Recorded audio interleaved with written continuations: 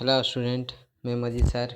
आज हम लोग हिंदी का सेट 1 करेंगे, तो रेडी हो जाइए हिंदी का सेट 1 करने के लिए। इसमें पहला में दिया है, निम्नलिखित गद्यांश को ध्यानपूर्वक पढ़कर प्रश्न संख्या 1 से 5 तक के सही विकल्प का चयन करें। इसका मतलब ये है कि जो गद्यांश दिया हुआ उसको पढ़ लें, समझ लें, तब उसका आंसर देना है। मैंने पढ़ लिया है, आप लोग भी पढ़ लीजिएगा और आसान हो जाएगा। इसमें आंसर बता दे रहा हूँ। पहला का है, हम किसके ऋणी हैं। ऋणी मतलब कर्जदार हैं। तो जब आप पढ़िएगा तो समझ में आ जाएगा। इसमें कहा गया है मातृभूमि के बारे में। तो हम किसके कर्जदार हैं? मातृभूमि के। तो पहला का आंसर होगा ए। दूसरा प्रश्न है, मनुष्य की श्रेष्ठता की, यानी मनुष्य की क्या श्रेष्ठता है? मनुष्य की वही श्रेष्ठता है कि गिरकर उठकर बड़े होते हैं। Answer C. तीसरा प्रश्न है, हमारा भरण पोषण किसके द्वारा होता है? तो इसका आंसर होगा बी, धरती माँ के द्वारा दिए गए अन्न से हमारा भरण पोषण होता है। अगला प्रश्न है 4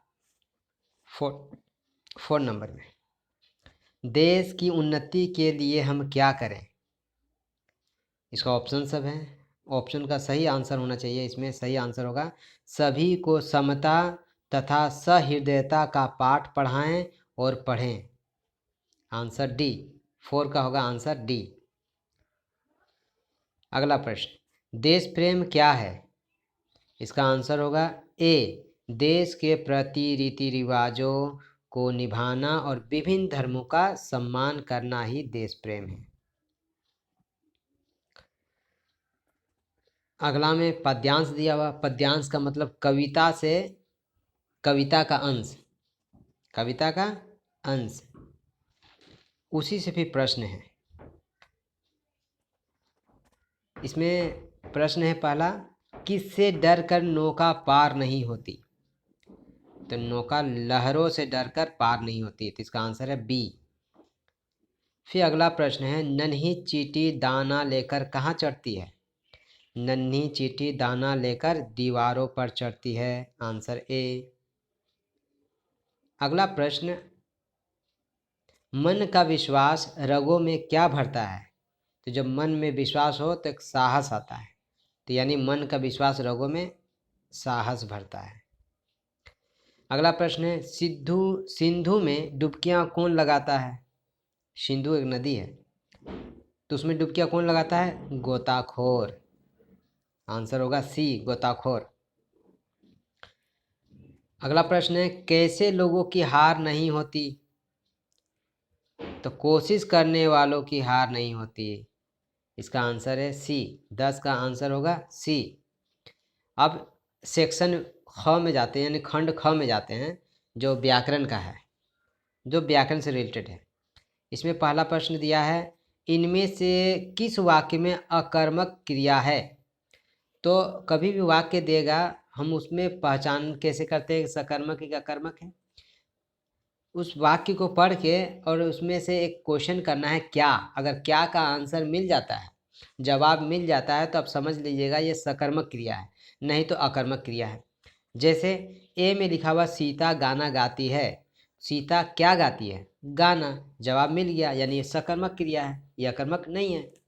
अगला में, वह किताब पढ़ता है। वह क्या पढ़ता है? वह किताब पढ़ता है। इसका भी जवाब मिल गया, ये भी सकर्मक क्रिया हो गया। वैसे ही अगर डी पढ़ देते हैं, तो डी का ऑप्शन में दिया है, लता चाय पी रही है। लता क्या पी रही है? चाय। इसका भी जवाब मिल रहा है। लेकिन इसमें सी नंबर जो है, मोहन सो रहा है। मोहन क्या सो रहा है? तो इसका जवाब नहीं मिलेगा, इसीलिए अकर्मक क्रिया हो गया।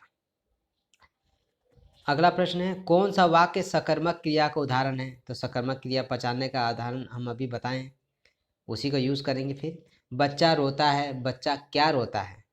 नहीं आ रहा कुछ जवाब, ये अकर्मक हो गया। लड़का हंसता है। लड़का क्या हंसता है? इसका भी जवाब नहीं आएगा। लेकिन रीता खाना खाती है। रीता क्या खाती है? खाना। जवाब आ गया, यानी ये सकर्मक क्रिया है। तो इसका आंसर हो जाएगा सी। इसका डी ऑप्शन पढ़ने की जरूरत नहीं है। ऐसे पढ़ के देख लीजिए, पक्षी उड़ रहे हैं, पक्षी क्या उड़ रहे हैं, नहीं समझ में आएगा। अगला प्रश्न, जलज का अनेकार्थी नहीं है। जलज का मतलब जो जल में रहते हैं वो जलज कहलाता है। तो कमल, मोती, मछली ये सब जल में है, जबकि बादल जल में नहीं होता है। बादल आकाश, आकाश की बात कर रहे हैं हम, आसमान का। तो मोती जो है उस शिप में होता है, शिप जल ही में पाया जाता है, इसीलिए इसका आंसर होगा बादल। बादल जलज के अनेकार्थी शब्द नहीं है।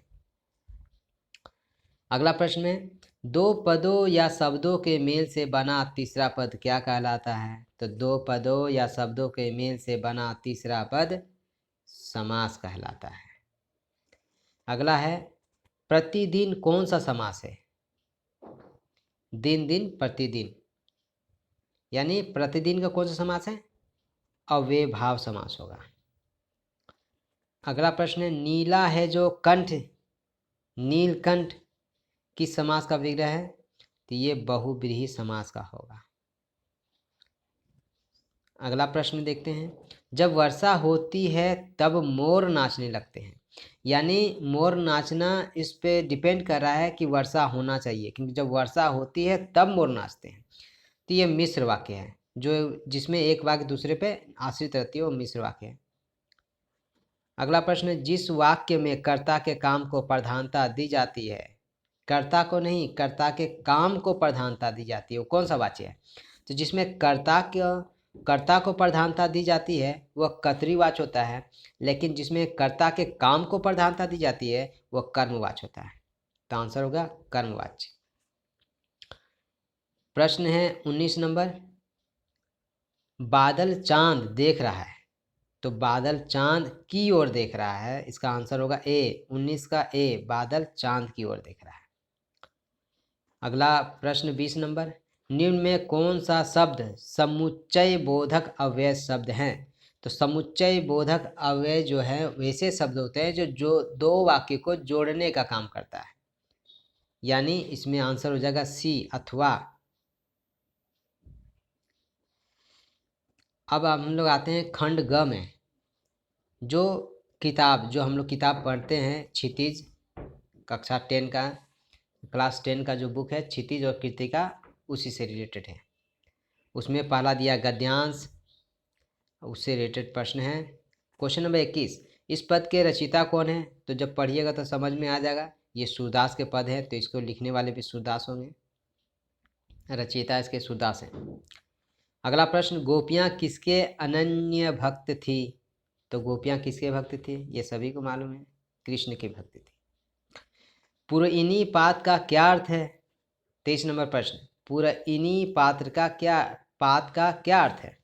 तो पात का मतलब पत्ता, और इस पद्यांश को जब देखेंगे तो हमको समझ में आ जाएगा कि पुरइनी कमल के बोल रहे हैं, कमल के फूल को बोलते हैं। तो कमल का पत्ता को पुरइनी पात कहा जाता है। अगला प्रश्न 24 नंबर, गोपियों ने उद्धव के व्यवहार की तुलना किससे की है। तो गोपियों ने उद्धव के व्यवहार की तुलना कमल के पत्ते और तेल के मटके से की है। तो इसका आंसर होगा सी, 24 का सी। अगला प्रश्न है, किस महीने में चारों तरफ हरियाली छा जाती है, अट नहीं रही, कविता के आधार पर बताइए। तो इस कविता में फागुन में जो चारों तरफ हरियाली छाती है उसकी सुंदरता के बारे में बताया गया, वर्णन किया गया इस कविता में। तो इसका आंसर होगा ए, 25 का ए, फागुन। अगला प्रश्न 26, उत्साह और अट नहीं रही है, इन दोनों कविताओं के कवि कौन हैं। इन दोनों कविताओं कवि हैं सूर्यकांत त्रिपाठी निराला। इसी तरह आप लोग भी सभी कविताओं के कवि के नाम याद कर लें। 27 नंबर प्रश्न है, किसकी मुस्कान इतनी मोहक है कि मुर्दे में भी जान डाल सकती है। तो इसका आंसर होगा नन्हे शिशु की, यानी छोटे बच्चे की मुस्कान बहुत सुंदर होती है, ये मुर्दे में भी जान डाल सकती है। अगला प्रश्न 28 नंबर, फसल कविता के अनुसार बताइए कि फसल किनका बदला हुआ रूप है। तो कविता में जब पढ़िएगा तो समझ में आएगा, नदी का पानी का जादू है, बादलों का सूर्य के किरणों का जादू है, इसी तरह से बताया गया, लेकिन ये बदला हुआ रूप बीज का है, तो आंसर होगा इसका डी, बीज, बीजों का। अब हम लोग गद्यांश पढ़ेंगे, किताब से है, बाल गोविंद भगत का कहानी में से थोड़ा सा लिया गया है। अब प्रश्न बोलता है 29 नंबर, बेटे के मरने पर बाल गोविंद भगत क्या कर रहे थे?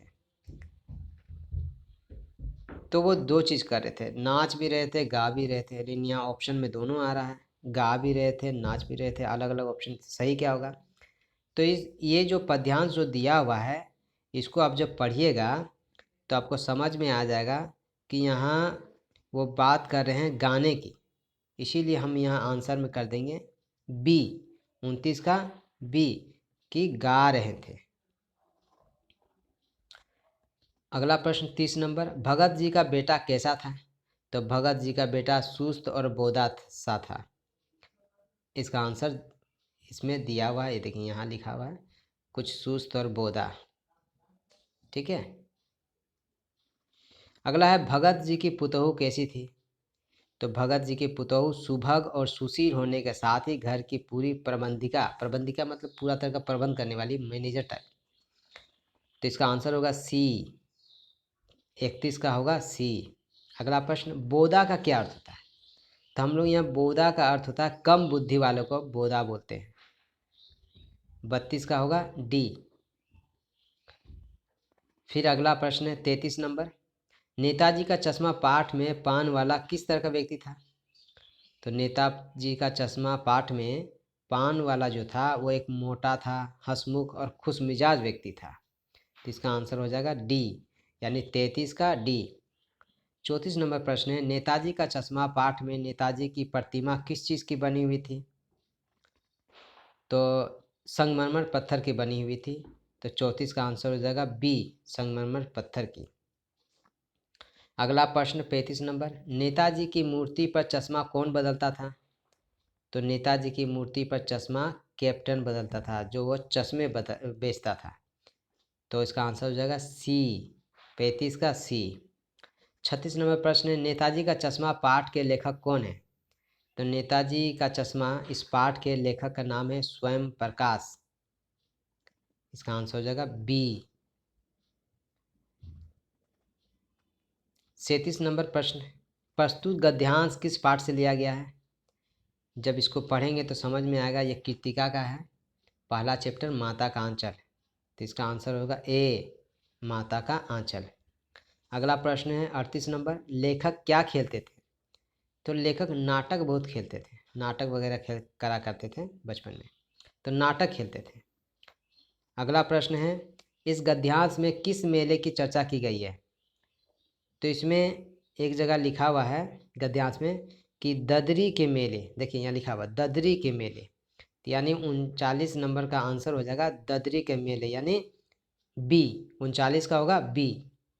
और 40 नंबर में जो प्रश्न है वो है, रहरी किसे कहते हैं? तो रहरी यानी रहड़, अरहर या को अरहर दाल भी कहते हैं, यानी अरहर दाल को रहरी कहा गया है। इस तरह से हमारा आज 40 प्रश्न सेट 1 ख़त्म होता है हिंदी का। अगला सेट 2 हम जल्द लेके आएंगे, तब तक के लिए गुड बाय।